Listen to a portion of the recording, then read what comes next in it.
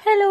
നമ്മുടെ അമ്പലത്തിൽ നാഗകളായിരുന്നു കേട്ടോ. അപ്പൊ നാഗകളത്തിലാണെങ്കിൽ നന്നുവാണെങ്കിൽ അവിടെ ഇരുത്തില്ല കേട്ടോ. അങ്ങനെ ഞങ്ങൾ ഭക്ഷണം കഴിച്ച് നേരെ ഇറങ്ങിയിട്ടാ.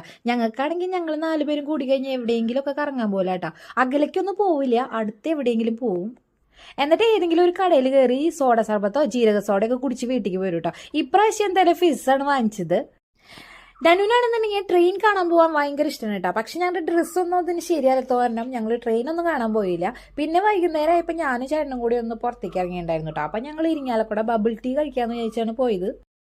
അങ്ങനെ നമ്മുടെ ഇരിങ്ങാലക്കുടയിൽ പുതിയതായിട്ട് വന്നിട്ടുള്ള ബബിൾ ടീ ഷോപ്പിലേക്കാണ് കേട്ടോ പോയത്. പക്ഷെ അവിടെ ചെന്ന് കഴിഞ്ഞപ്പോൾ ഞങ്ങളുടെ തീരുമാനമൊക്കെ മാറ്റിയിട്ടാ. ഞാനും ചേട്ടനും ഫലൂദ കഴിക്കാമെന്ന് വിചാരിച്ചു.